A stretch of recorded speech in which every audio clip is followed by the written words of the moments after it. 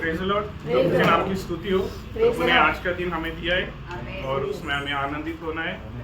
कई लोगों को आज का दिन देखने का संधि तक मिला नहीं, पर प्रभु ने आज हमें वो संधि दिया है और उसकी उपस्थिति में लेके आए। ये बड़ी धन्यवाद देने की बात है और हर समय हमें ये ध्यान में रखना है कि जो जो प्रभु हमारे लिए उपकार करता है, क्योंकि प्रभु हमारे लिए कई उपकार करता है, अनगिनत है कि वो हम बयां नहीं कर सकते। तो हमें प्रभु ने हमारे लिए जो जो उपकार किए हैं उसके लिए प्रभु को धन्यवाद देना चाहिए। तो अभी हम वचन की ओर जाएंगे। आज के वचन के मनन के लिए हम पढ़ेंगे मार्क उसका 2 अध्याय और उसका 1 से लेकर 8 तक। कई दिन के बाद वह फिर कफरनहूम में आया और सुना गया कि वह घर में है। फिर इतने लोग इकट्ठा हुए कि द्वार के पास भी जगह नहीं थी और वह उन्हें वचन सुनाता रहा था। और लोग एक लकवे के रोगी को 4 मनुष्य उठाकर उसके पास ले आए, परंतु जब वे भीड़ के कारण उसके निकट न पहुंच सके तो उन्होंने उस छत को जिसके नीचे वह था खोल दिया, और जब वे उसे उधेड़ कर चुके तो उस खाट को जिस पर वह लकवे का रोगी पड़ा था लटका दिया। यीशु ने उनका विश्वास देखकर उस लकवे के रोगी से कहा, हे पुत्र, तेरे पाप क्षमा हुए। तब कई शास्त्री जो वहां बैठे थे अपने अपने मन में विचार करने लगे, ये मनुष्य क्यों ऐसा कहता है? ये तो परमेश्वर की निंदा करता है। परमेश्वर को छोड़ और कौन पाप क्षमा कर सकता है? यीशु ने तुरंत अपनी आत्मा में जान लिया कि वे अपने अपने मन से ऐसे विचार कर रहे, और उसने कहा, तुम अपने अपने मन में ये विचार क्यों कर रहे हो? उसका 11 वचन भी पढ़ेंगे। मैं तुमसे सच कहता हूँ, उठ, अपना खाट उठाकर अपने घर चला जा। Praise the Lord. अभी हमारा कीवर्ड जो होने वाला है मार्क उसका 2 अध्याय उसका 11 वचन। पहली बात उसमें जो लिखी हुई है उठ, दूसरी बात है अपनी खाट उठा, और तीसरी बात है घर चला जाए या चलकर घर चले जा। तो ये 3 बातों को पहले हम मनन करेंगे। बट उससे पहले जो जहां पर यीशु मसीह आया था उस गांव का नाम क्या था? हमने पढ़ा अभी कफरनहूम। ओके, तो कफरनहूम गांव का जो नाम है उसका अर्थ है शांति का नगर या शांति का गांव। तो जहाँ मतलब एक आवाज सुनाया गया था उस गांव में कि यीशु मसीह कफरनहूम में आया है। तो बहुत सी भीड़ वहां पर इकट्ठी हो गई थी, और इतनी भीड़ इकट्ठी हो गई थी कि किसी बाहर से कोई आएगा तो उसको अंदर जाने के लिए तक रास्ता नहीं था। तो अभी उसका 2 अध्याय उसका 3 वचन पढ़ेंगे। और लोग एक लकवे के रोगी को 4 मनुष्य से उठवाकर उसके पास ले आए। ओके, तो अभी कितने लोग आए थे? 4 लोग उसको उठाकर उस कफरनहूम में जो घर था जहाँ पर यीशु मसीह वचन सुना रहा था वहां पर एक लकवे के रोगी को लेकर आए। ओके, तो जब लेकर आए तो उन्होंने क्या किया, एंट्रेंस में से जाने का कोशिश किया, पर उनको क्या दिखा कि बहुत सारी भीड़ वहां पर है। तो उन्होंने सोचा कि अभी इतनी भीड़ है तो हम अंदर कैसे जा सकते। तो अभी उन्होंने देखा, बट अभी मैं आपको एक बात बताना चाहूँगा कि कफरनहूम या एंशिएंट टाइम्स में इसराइल में जो घर होते थे तो वहाँ पे घर के बाहर से एक सीढ़ियाँ होती थी, स्टेयरकेसेस ऊपर जाने के लिए। ठीक है, तो उन लोगों ने देखा कि अभी भीड़ तो है, अभी हम अंदर नहीं जा सकते। तो अभी दूसरा ऑप्शन हमारे पास क्या है? एक्चुअली प्रभु ही उनकी सहायता कर रहा था। कोई भी व्यक्ति अपने खुद में होकर प्रभु तक नहीं पहुंच सकता। तो जब उनको वो सीढ़ियां दिखी तो उनको एक आशा निर्माण हुई कि हमारे दोस्त को या हम जिस व्यक्ति को साथ में लाए हैं उसके लिए अभी एक चांस हमारे पास है। ओके, तो उसका 2 अध्याय का 4 वचन वापस एक बार पढ़ेंगे। परंतु जब वे भीड़ के कारण उसके निकट न पहुंच सके तो उन्होंने उस छत को जिसके नीचे वह था खोल दिया, और जब वे उसे उधेड़ चुके तो उस खाट को जिस पर लकवे का रोगी पड़ा था लटका दिया। ओके, तो यहाँ पर हमने पढ़ा कि वो लकवे का जो रोगी था उसको लेकर वो सीढ़ियों के द्वारा ऊपर गए। अभी यहाँ पे मेंशन नहीं है कि सीढ़ियाँ, बट एंशिएंट टाइम्स में इसराइल में सीढ़ियाँ घर के बाहर होती थी। तो सीढ़ियों के द्वारा वो लोग उसको उठा के छत पर लेके गए और उन्होंने वो छत को खोलना स्टार्ट किया। अभी घर में एक्चुअली क्या हो रहा है अभी?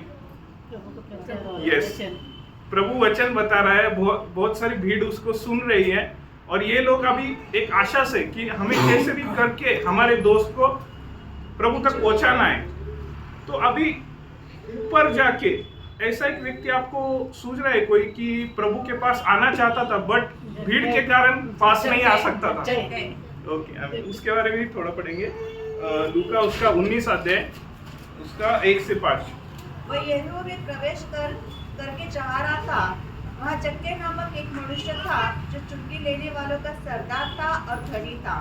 वह यीशु को देखना चाहता था कि वह कौन सा है, परंतु भीड़ के कारण देख न सकता था क्योंकि वह नाटा था। तब उसको देखने के लिए वह आगे दौड़कर एक गुल्लर के पेड़ पर चढ़ गया क्योंकि यीशु उसी मार्ग से जाने वाला था।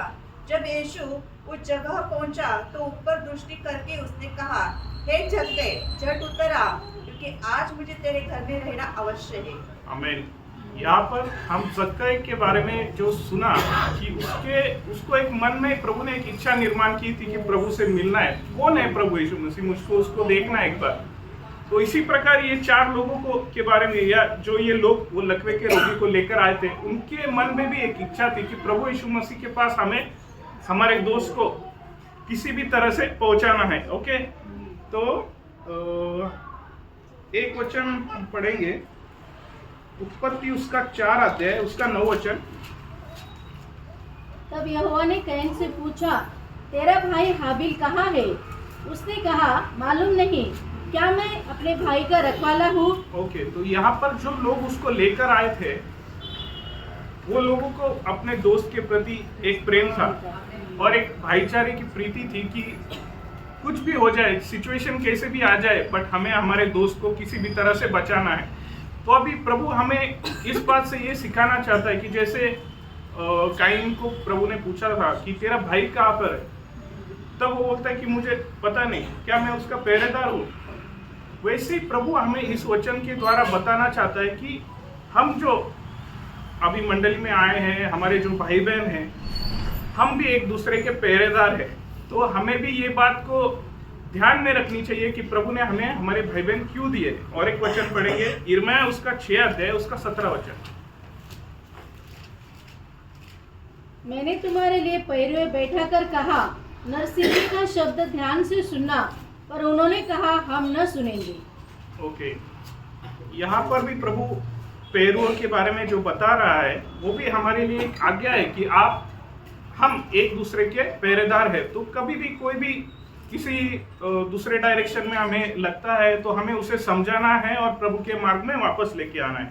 ठीक है, तो वापस हम मार्क में आएंगे। मार्क दूसरा अध्याय उसका 4 वचन वापस पढ़ेंगे।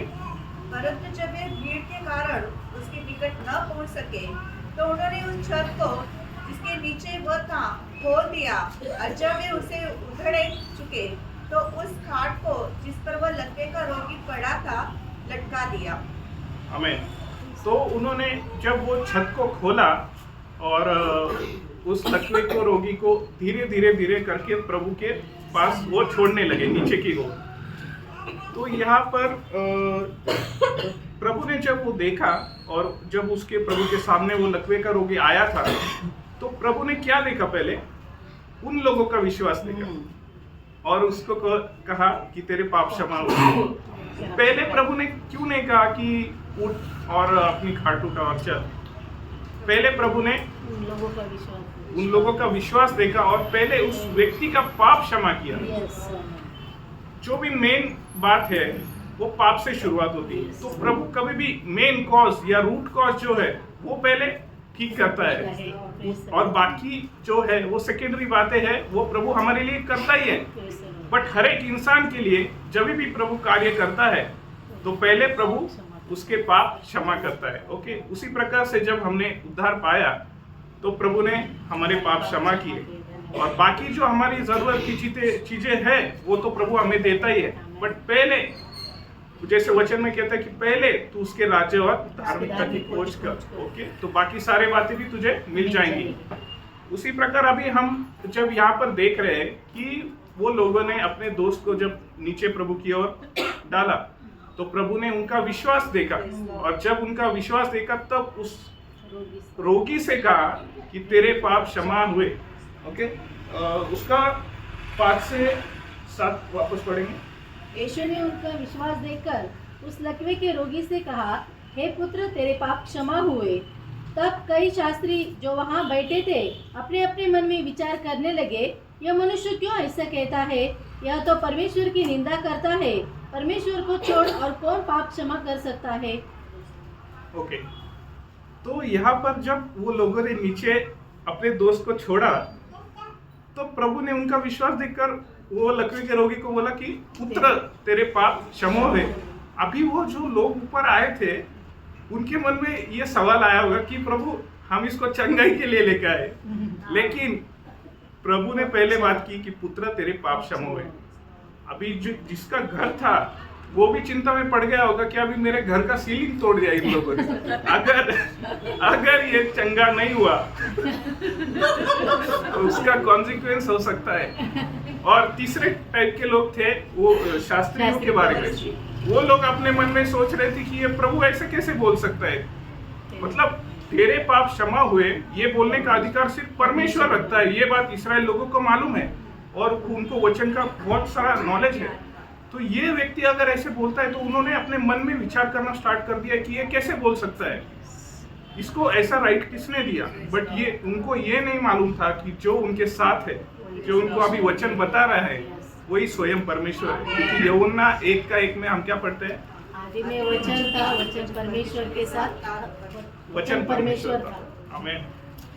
तो अभी जो शास्त्री वहां पर थे उन्होंने अपने मन में विचार करना स्टार्ट किया कि ये कैसे कर सकता है। बट वो लोग भूल गए कि जो उनके बीच में है वो व्यक्ति है जो ये पृथ्वी पर भी समानता नहीं, आकाश और पृथ्वी भी उसके लिए कम है, लेकिन वो एक मनुष्य बनकर हमारे लिए जगत में आया। क्यों आया? क्योंकि अनंत काल में 2 बातें सत्य है, एक है स्वर्ग, दूसरी बात है नरक। तो उस बात से बचाने के लिए, नरक से बचाने के लिए मनुष्य का पुत्र हमारे लिए आया।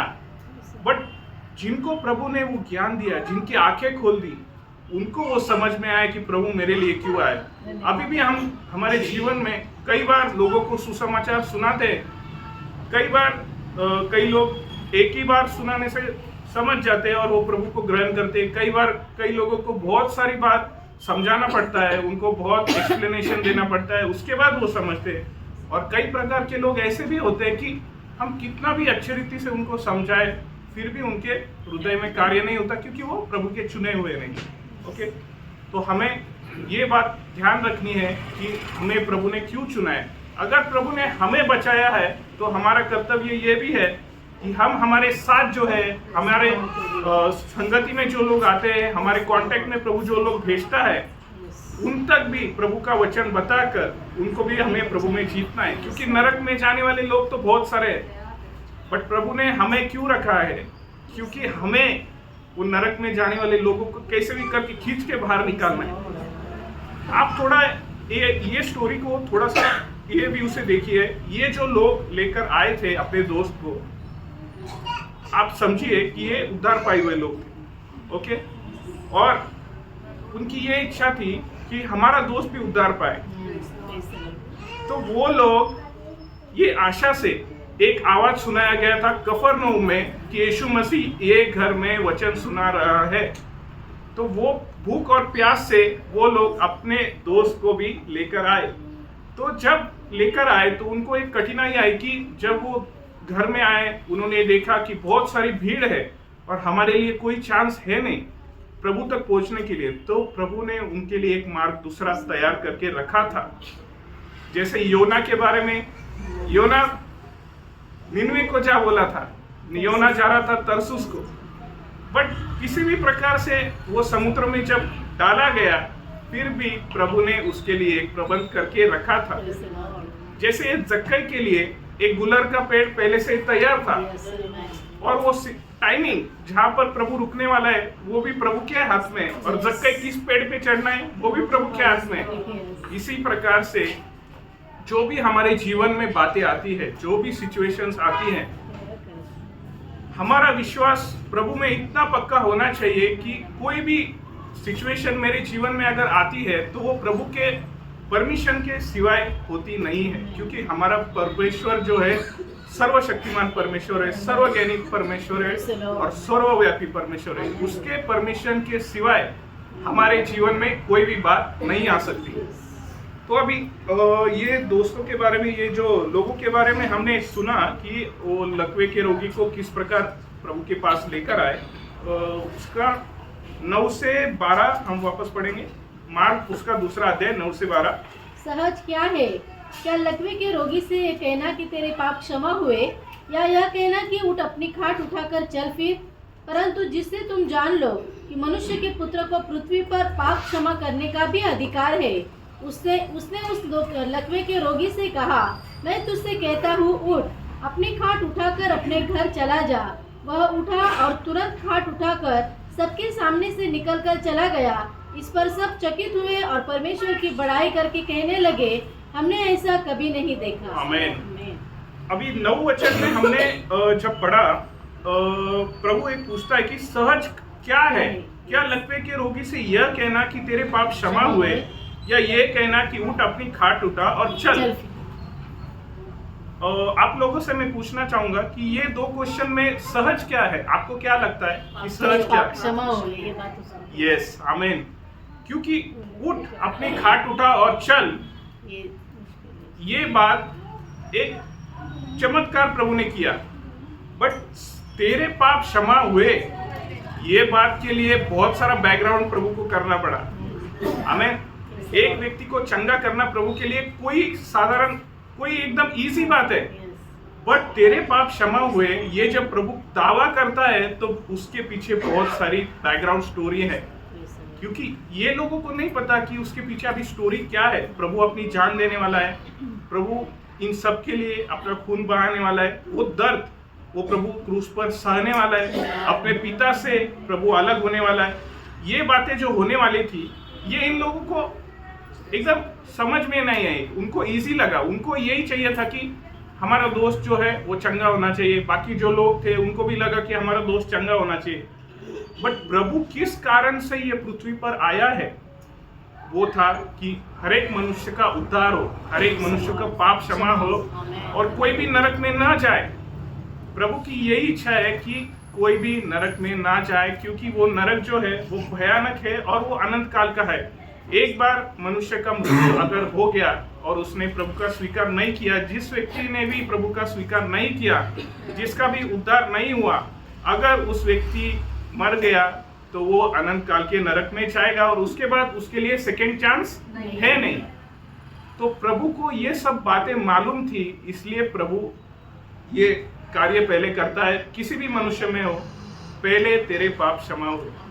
और हमें भी उस बात का विश्वास करना है कि प्रभु जो मेरा उद्धार करता है, जो मेरे लिए आया है, जो मेरे लिए उसने वो क्रूस सहन किया, क्रूस का मृत्यु सहन किया, मेरे लिए उसने वो लहू बहाया है, उस बात को प्रभु ने मेरे लिए किया इंडिविजुअली, वो बात को जो जो विश्वास करता है उसका उद्धार होता है। आमीन। तो वापस से उसका 12 वचन पढ़ेंगे। वो उठा और तुरंत खाट उठाकर सबके सामने से निकलकर चला गया। इस पर सब चकित हुए और परमेश्वर की बड़ाई करके कहने लगे, हमने ऐसा कभी नहीं देखा। आमीन। उसका 11 वचन भी पढ़ेंगे। मैं तुझसे कहता हूँ, उठ अपनी खाट उठाकर अपने घर चला जा। आमीन। अभी हमने 11 वचन में 3 बातें पढ़ी। उठ, अपनी खाट उठा और चल, या घर चला जा। तो पहले हम पहली बात को देखेंगे, उठ। उठ ये जो बात आत्मिक रीति से हम अगर समझे, प्रभु हमें समझाना चाहता है कि उठ, ये एक आत्मिक स्पिरिचुअल अवेयरनेस, मतलब calling towards a spiritual awareness, मतलब एक आत्मिक जागृति की और एक बुलाहट को बताता है। उठ, जैसे हम प्रेरितों के काम उसके 26 अध्याय उसके 16 वचन में पढ़ते हैं, परंतु तू उठ अपने पाँव पर खड़ा हो, क्योंकि मैंने तुझे इसलिए दर्शन दिया है कि तुझे उन बातों का भी सेवक और गवाह ठहराऊंगा जो तूने देखी है, और उनका भी जिनके लिए मैं तुझे दर्शन दूंगा। Praise the Lord. यहाँ पर हम एक व्यक्ति के बारे में जो पढ़ते हैं, वो व्यक्ति है पौलुस। पौलुस एक ऐसा व्यक्ति था जो धर्म की नशा में ख्रिस्ती व्यक्ति का नाश करने के लिए निकला था, और जब वो दिमिश्क के मार्ग में जा रहा था तब उसको प्रभु का दर्शन हुआ और वो घोड़े पर से गिर पड़ा।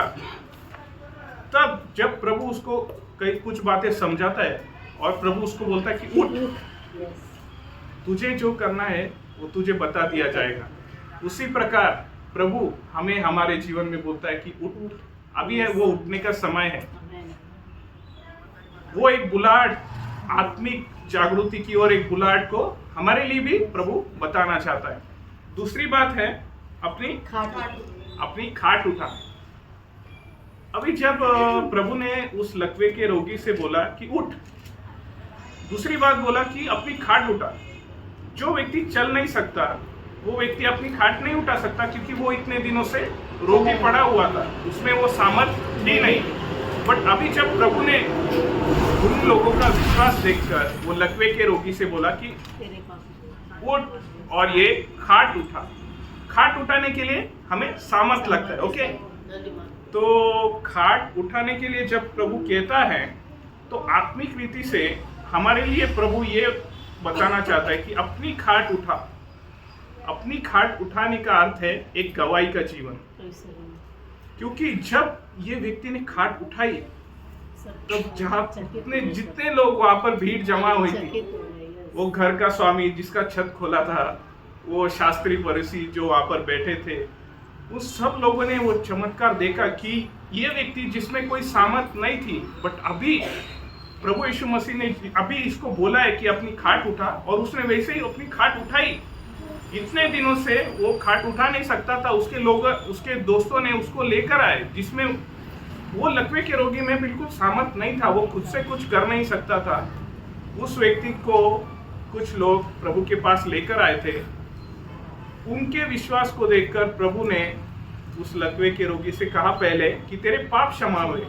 अभी 11 वचन में हम पढ़ते कि उठ, अपनी खाट उठा। अभी जब ये व्यक्ति ने अपनी खाट उठाई, जब प्रभु ने वो शब्द कहा कि अपनी खाट उठा, तब उसके शरीर में ऑटोमेटिकली वो सामर्थ आ गई खाट उठाने की। जो व्यक्ति कभी कुछ कर नहीं सकता था, जो व्यक्ति में कोई सामर्थ नहीं था, बट प्रभु ने उसको जब बोला कि अपनी खाट उठा, तो उसने वो खाट उठाई। उसी प्रकार हमारे जीवन में भी प्रभु जब हमसे कहता है उठ, जब हम उठते हैं प्रभु हमसे कहता है कि अपनी खाट उठा, यानी अपनी एक गवाही के जीवन पर ध्यान दे।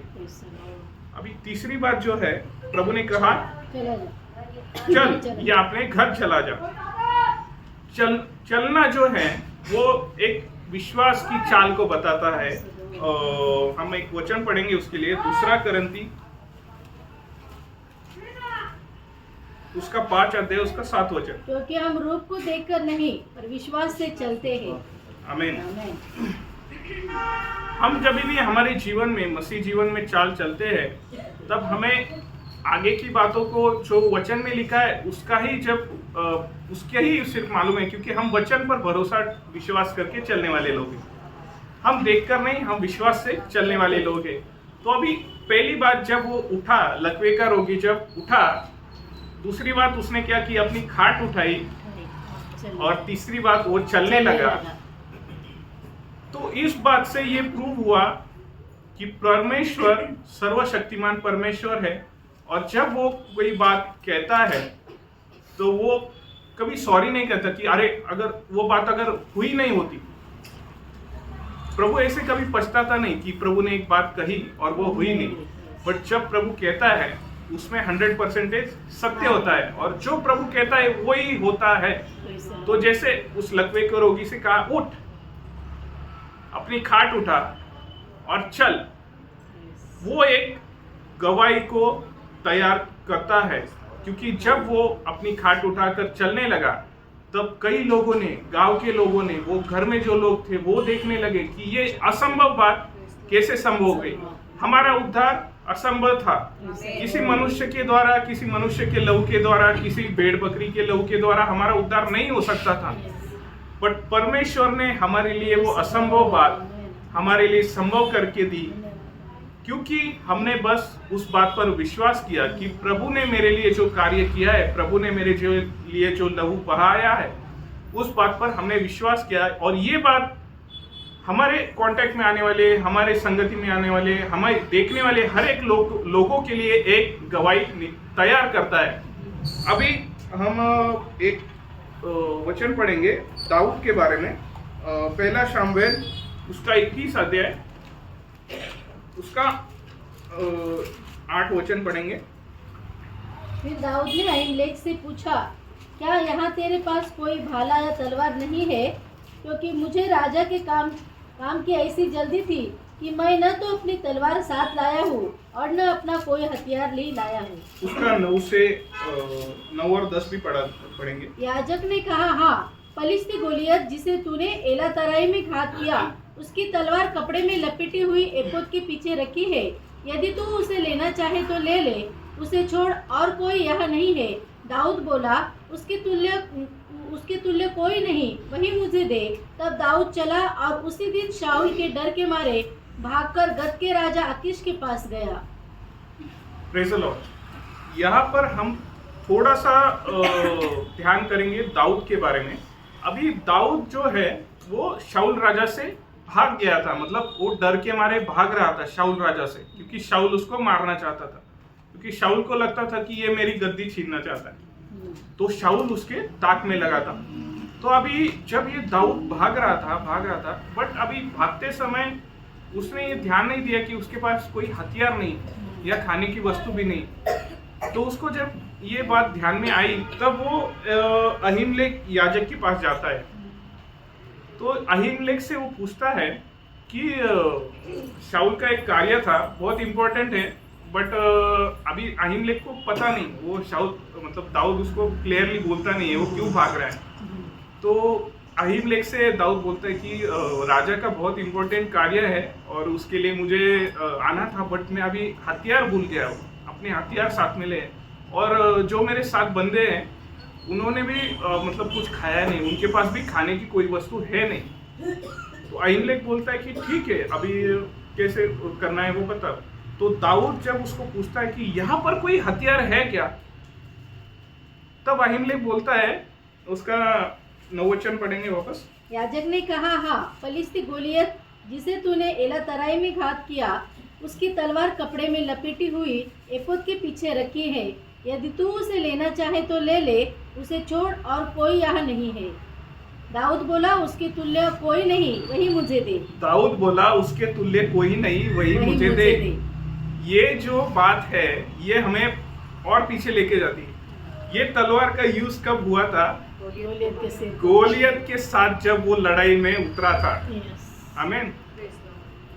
तो जब गोलियत के साथ दाऊद लड़ा था और उसको गोफन से मारा, बराबर, बट ये जो गोलियत का सिर काटा था वो गोलियत की तलवार से काटा था, और वो गोलियत की तलवार उन्होंने संभाल कर रखी थी। अब ये तलवार क्या बोलती है, आपको क्या समझ में आया ये तलवार के बारे में? अभी दाऊद ने बोला कि उसके तुल्य और कोई नहीं, वही मुझे दे। ये तलवार क्या बोलती है प्रियो? आपको क्या मतलब एक आइडिया आती है तलवार के बारे में? विश्वास, परमेश्वर के ऊपर विश्वास। यस, आमीन। बट गोलियत की और उसकी एक लड़ाई, एक गवाही, वो तलवार उसको एक बैकग्राउंड में लेके जाती है, एक साक्ष्य। ये तलवार से मैंने गोलियत का सिर काटा था और प्रभु ने उसको मेरे हाथ में दिया था और इस्राएल लोग विजय पाए थे। ये बात को जब अहीमेलेक के पास से वो तलवार जब मांगता है तो उसको समझ में आता है, क्योंकि वो अभी डरा हुआ है, वो शाऊल से भाग रहा है, बट प्रभु उसको याद दिलाता है वो तलवार तेरे साथ है कौन। वो तलवार उसको फ्लैशबैक में लेके जाती कि उसने किसको हराया था। आमीन। हमारे जीवन में भी प्रभु एक गवाही तैयार करता है कि हम किसी सामने वाले व्यक्ति को भी बता सके कि अगर उसकी सिचुएशन ऐसी है तो मेरे जीवन में ऐसी सिचुएशन थी, तो उसके द्वारा उसको एक सांत्वना पहुंचती है। अभी जब दावीद को अहीमेलेक ने बोला कि बाकी तो कोई हथियार मेरे पास है नहीं, अभी ये तो मंदिर है, बट एक एफोद में रखा हुआ, एफोद के कपड़े में रखी हुई एक तलवार मेरे पास है। तब दाऊद को याद आया कि परमेश्वर मेरे साथ कैसे लड़ा था गोलियत को खत्म करने के लिए। ओके, आमीन। अभी चलने के बारे में हम जब देख रहे थे, और एक वचन पढ़ेंगे, गलती उसका 5 अध्याय उसका 16 वचन। पर मैं कहता हूँ आत्मा के अनुसार चलो तो तुम शरीर की लालसा किसी रीति से पूरी न करोगे। आमीन। हमारे जीवन में हम जब अभी ये लाइफ में चलते हैं, तब हमें कई प्रकार से अप्स एंड डाउन्स हमारे लाइफ में आते रहते हैं। कई प्रकार के सिचुएशन आते हैं जब हम निराश भी हो सकते हैं, हम हताश होते हैं, कभी हम आनंदी होते हैं, कभी निराश हो जाते हैं। तो अभी गलती 5:16 में जो प्रभु कहता है कि आत्मा के अनुसार चलो, अभी ये संभव तो है नहीं कि हर एक बार आत्मा में हर एक व्यक्ति हो सकता है 100% 24 आवर्स, बट हमें मैक्सिमम प्रभु की सहायता से ये प्रभु से प्रार्थना करनी चाहिए कि कई बार, क्योंकि हम शरीर में जब आते हैं तब हम कई बार चूक जाते हैं, जो करना चाहिए वो हम नहीं करते। तो इसलिए हमें प्रभु से ये प्रार्थना करनी चाहिए कि जब हम ये जीवन में चाल चलते हैं तो हमें एक आत्मा के अनुसार, आत्मा हमसे जो बातें कहता है, आत्मा हमें जो समझाता है, जिस मार्ग से हमें चलना है, वो बातें हमें जब समझाता है तब हमें गौर से सुनकर, क्योंकि ये प्रभु की वाणी है, प्रभु अभी हमारे आत्मा में उसके आत्मा के द्वारा बात करके हमें कई बातें समझाता है कि तू क्या करना चाहिए, क्या नहीं करना चाहिए। उसी प्रकार हमें वो हमारे जो अंदरूनी कान हैं वो हर पल प्रभु की ओर लगाने चाहिए कि प्रभु अभी मुझसे क्या कहना चाहता है, प्रभु की मेरी लाइफ से क्या इच्छा है, प्रभु मेरे जीवन से क्या चाहता है। तो इसी प्रकार हमें आत्मा में चलना चाहिए। ओके, तो अभी हमने जो मार्क 2 अध्याय में 3 बातें पढ़ी। पहली बात थी उठना, दूसरी बात थी अपनी खाट उठाना, और तीसरी बात थी चलना। ओके, ये तीनों बातों में आपको क्या कॉमन लगता है? उठना, अपनी खाट उठाना और चलना, ये तीनों बातों में आपको कुछ कॉमन लगता है? आप थोड़ा कुछ बता सकते हैं? एक ही बात कॉमन है उसमें, हमें तीनों बातों में विश्वास कॉमन है। जब प्रभु यीशु मसीह उस लकवे के रोगी को बोलता है कि उठ, तब विश्वास एक वहां पर कार्य कर रहा है। उठ, जब बोला उठ, वहां पर एक विश्वास कार्य कर रहा है जो उस व्यक्ति को उठने के लिए सामर्थ दे रहा है। दूसरी बात, अपनी खाट उठा, अपनी खाट उठाने के लिए भी उसको एक विश्वास चाहिए हमें, क्योंकि खाट उठाने के लिए सामर्थ चाहिए। अगर किसी व्यक्ति में विश्वास है नहीं कि मैं अपनी खाट उठा सकता हूँ, तो वो खाट उठाएगा ही नहीं। बट यहाँ पे प्रभु उसको जब बोलता है कि अपनी खाट उठा, तो उसके पीछे भी विश्वास कार्यकारी है। तीसरी बात है चलना, या चलकर अपने घर जाना। चलने के पीछे भी विश्वास एक बहुत अहम रोल निभाता है, क्योंकि एक स्टेप भी हमें अगर लेना है तो हमें विश्वास चाहिए कि मैं गिरूंगा नहीं, प्रभु मुझे संभालेगा। तो ये तीनों बातों में हमने क्या देखा कि विश्वास एक कॉमन चीज है। ओके, तो एक स्टोरी मैं आपको सुनाना चाहता हूँ, एक यही विषय के रिलेटेड है। फ्रांस में एक म्यूजियम में एक एग्जीबिशन लगा था, और वहाँ पे कई टूरिस्ट भी आए थे, और अहम वो म्यूजियम में था कि उसमें कई ऐसे एंटीक पेंटिंग्स भी लगी हुई थी। पेंटिंग्स मतलब चित्रकारिता लगी हुई थी। तो अभी वो म्यूजियम में एक ग्रुप भी आया था, चेस प्लेयर्स का एक ग्रुप था, वो भी वो म्यूजियम में आया था देखने के लिए एग्जीबिशन। तो कई लोग देख रहे थे, अभी ये जैसे लगाए हुए, तो वो सब लोग ऐसे, उनके पास एक गाइड भी था, टूरिस्ट गाइड जो बोलते हैं, वो एक एक ग्रुप के साथ होता है। तो कई लोग देख रहे थे। अभी ये जो चेस की टीम आई थी, उनको भी अभी दिखाने का काम वो एग्जीबिशन में चल रहा था। तो हर एक पेंटिंग्स के लिए मतलब थोड़ी थोड़ी देर 5 मिनट एक्सप्लेनेशन दिया जाता है जब भी कोई पेंटिंग के बारे में बोलते हैं। तो जैसे जैसे आगे वो लोग गए, तो उन्होंने एक पेंटिंग वहाँ पे देखी, और उसको बोलते हैं कि द चेकमेट पेंटिंग। तो वो पेंटिंग में ना एक बाजू, मतलब एक चेकमेट पेंटिंग मतलब चेस के रिलेटेड होता है, चेकमेट यानी सामने वाले को हरा देना, ये बात को रिलेट करता है चेकमेट। अभी सामने वाला कुछ नहीं कर सकता।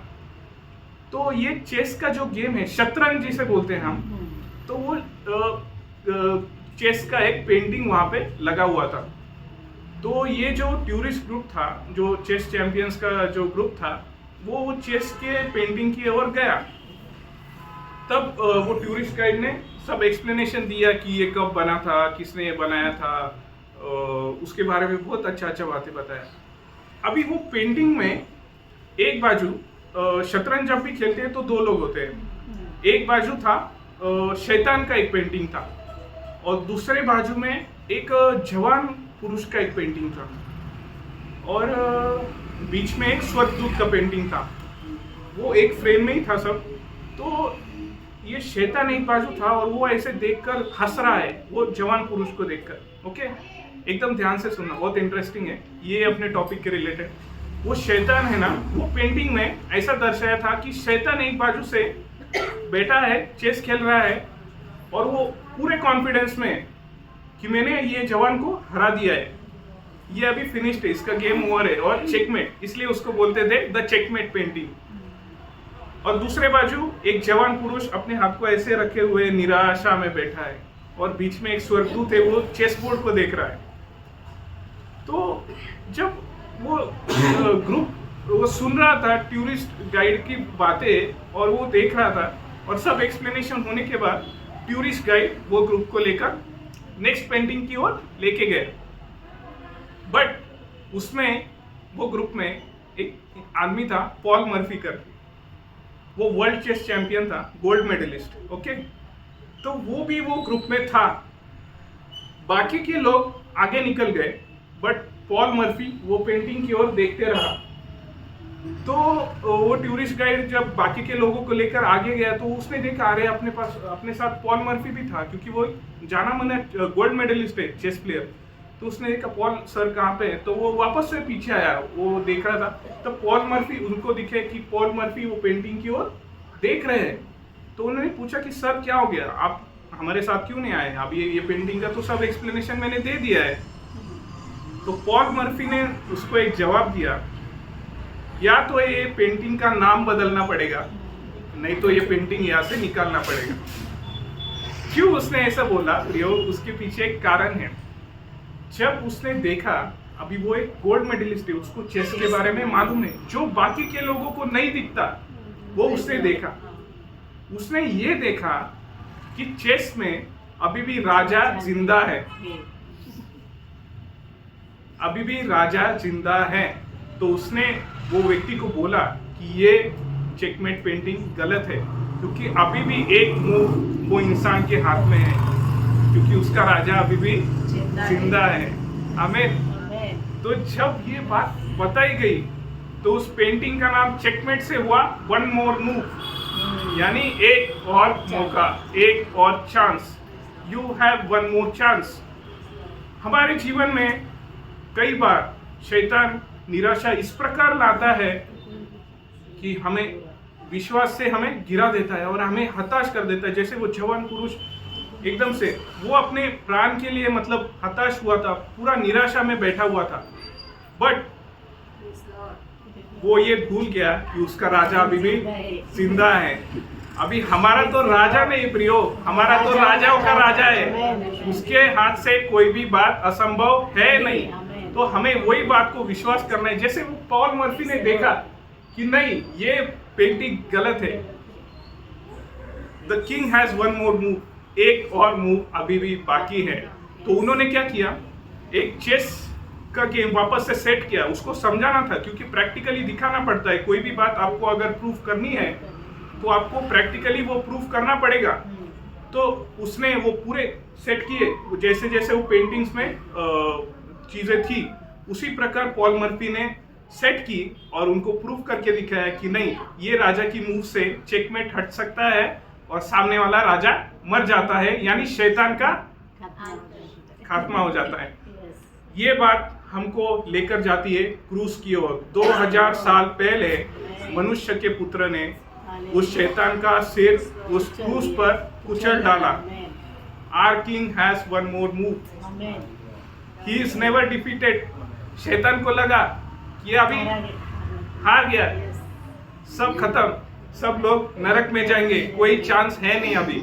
बट प्रभु यीशु मसीह ने हमें वो क्रूस पर बता दिया कि नहीं, मैं अभी भी जिंदा हूँ। आमीन। तो ये स्टोरी से हमें ये लकवे के रोगी का एक ये मतलब हम कंपेयर कर सकते हैं कि अभी भी जो घर में कफरनहूम में प्रभु यीशु मसीह उन लोगों को जो सुसमाचार सुना रहा था और जिस लकवे के रोगी को वो लेकर आए थे, उस लकवे के रोगी का प्रभु अभी भी जिंदा था।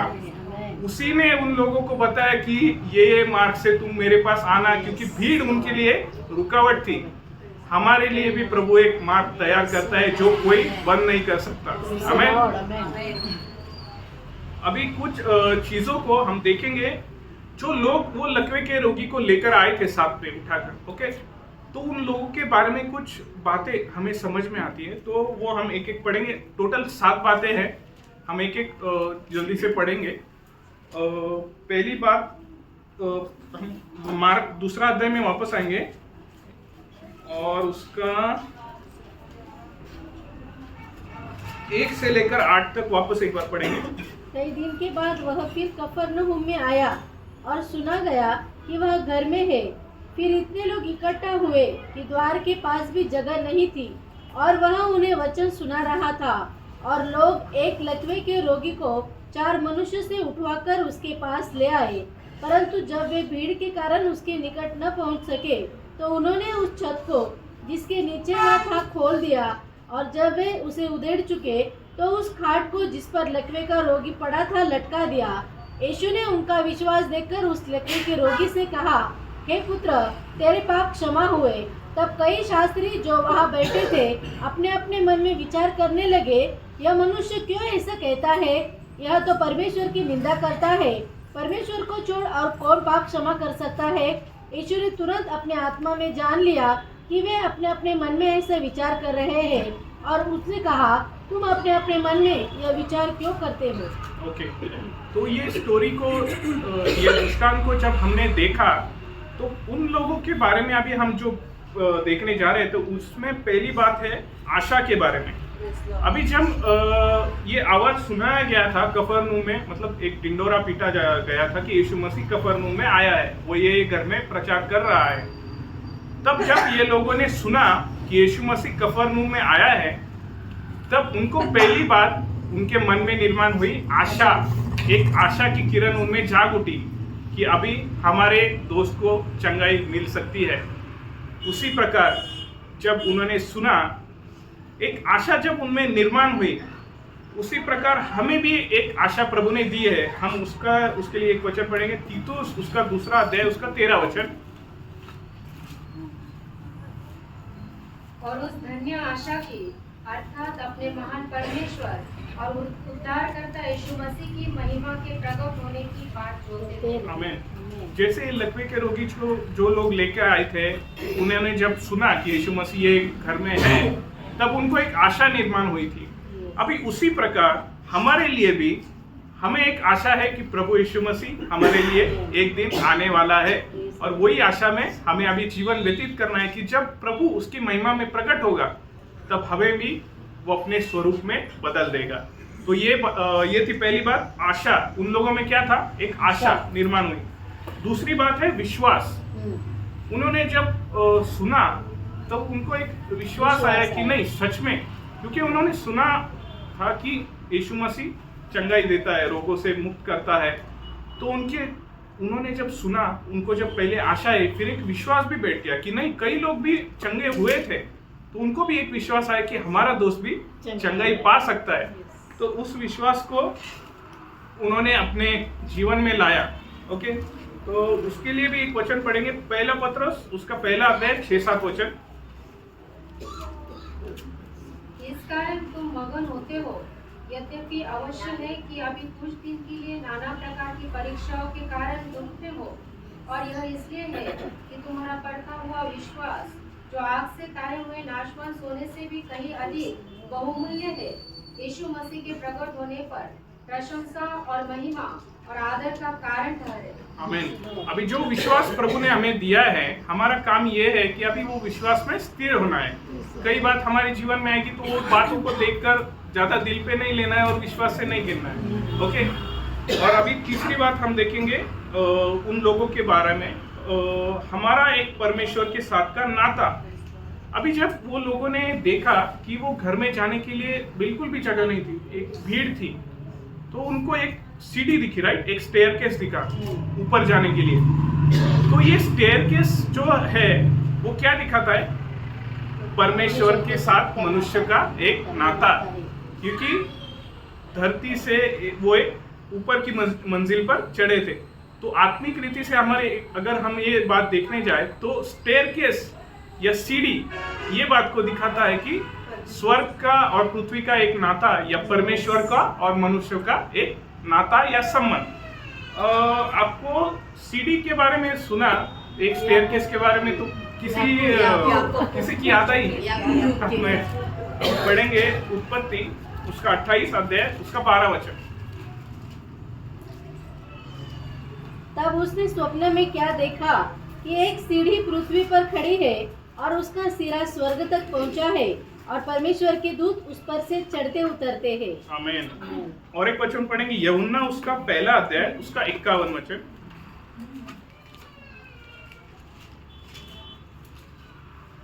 फिर उसने कहा, मैं तुमसे सच सच कहता हूँ कि तुम स्वर्ग को खुला हुआ और परमेश्वर के स्वर्गदूतों को मनुष्य के पुत्र के ऊपर उतरते और ऊपर जाते देखोगे। आमीन।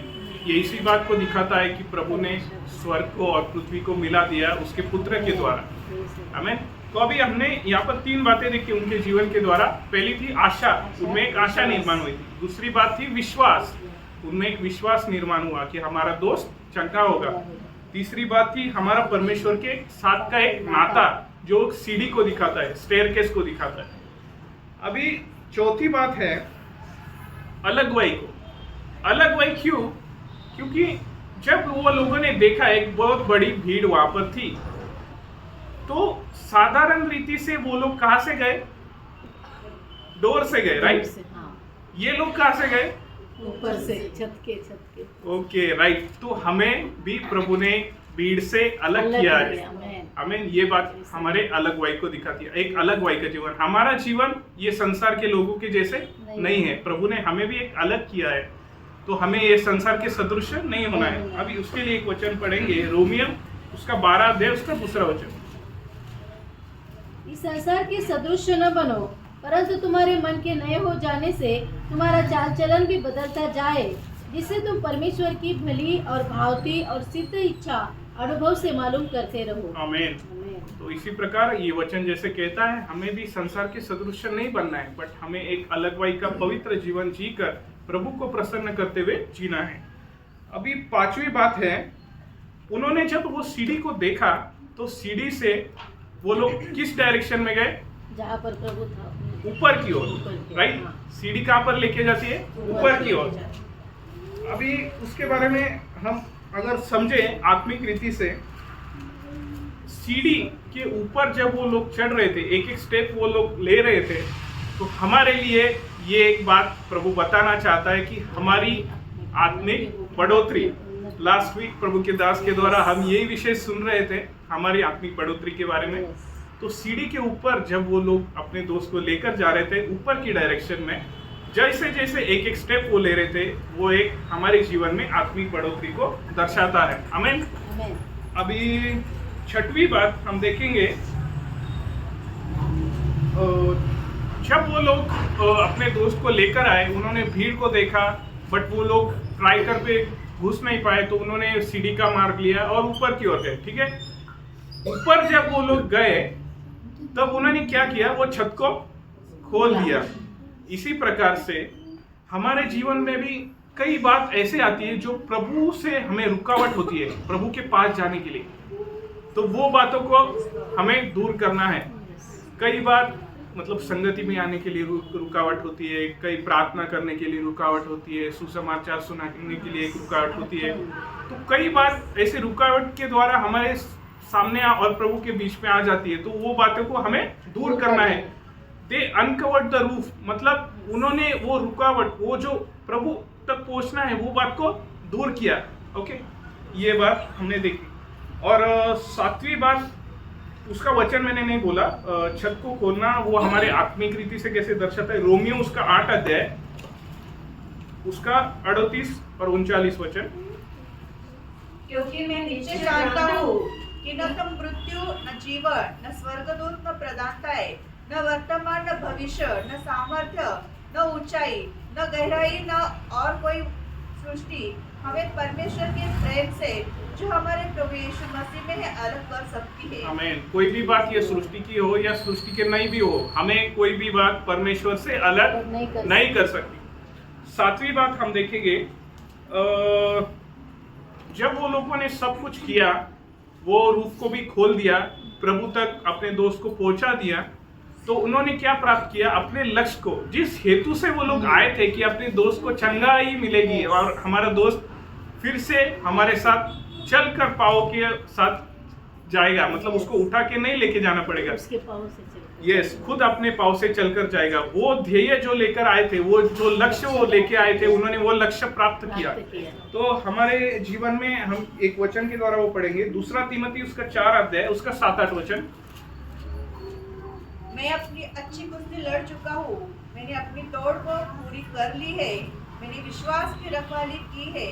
भविष्य में मेरे लिए धर्म का वो मुकुट रखा हुआ है जिसे प्रभु जो धर्मी और न्यायी है मुझे उस दिन देगा, और मुझे ही नहीं वरन उन सबको भी जो उसके प्रकट होने को प्रिय जानते हैं। आमीन। यहाँ पर प्रभु के दास के बारे में हम पढ़ते हैं कि वो कहते हैं कि मैंने अपनी दौड़ को पूरी कर ली है, मैं अच्छी कुश्ती लड़ चुका हूँ। वो हमें एक प्रोत्साहन देना चाहता है प्रियो। जैसे प्रभु यीशु मसीह हमारे लिए एक आदर्श था, उसके बाद दूसरा आदर्श हम देख सकते हैं पौलुस के बारे में।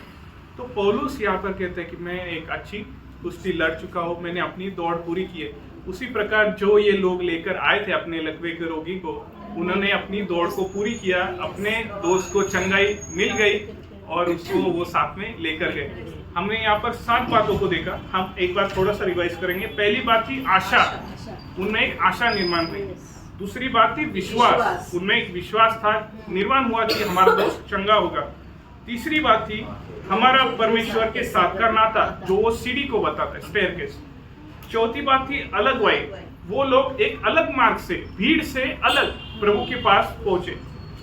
पांचवी बात थी हमारे आत्मिक बढ़ोतरी, जो सीढ़ी के ऊपर वो लोग चलकर गए ऊपर की ओर, वो एक बताता है हमारी आत्मिक बढ़ोतरी। छठवीं बात है कोई भी हमें मसीह से अलग नहीं कर सकता, या कोई भी रुकावट हमें मसीह की प्रेम से नहीं रोक सकती। और सातवीं बात हमने देखी थी कि अपने लक्ष्य को प्राप्त किया। उन लोगों ने अपने लक्ष्य को प्राप्त किया, जिस उद्देश्य से वो लोग लेकर आए थे, उस उद्देश्य से कई अधिक, क्योंकि प्रभु ने उसका पहले तो पाप क्षमा किया, वो सबसे बड़ी बात वो व्यक्ति को मिल गई। तो ये 7 बातें प्रभु ने मुझे थोड़ा सा प्रकाशन दिया अब तक पहुंचाने के लिए, और ये वचनों के द्वारा अब तक मैं यही प्रार्थना कर रहा था कि प्रभु तू बात करना, और जो ये वचन आपने मुझे दिया है वो जब लोग सुनेंगे तो उसके द्वारा उनके हृदय में कार्य होना चाहिए। तो प्रभु ने ये वचन आप तक पहुंचाने के लिए मुझे सहायता किया, इसके लिए मैं प्रभु के नाम को धन्यवाद देता हूँ और ये संदेश समाप्त करता हूँ। Praise the Lord.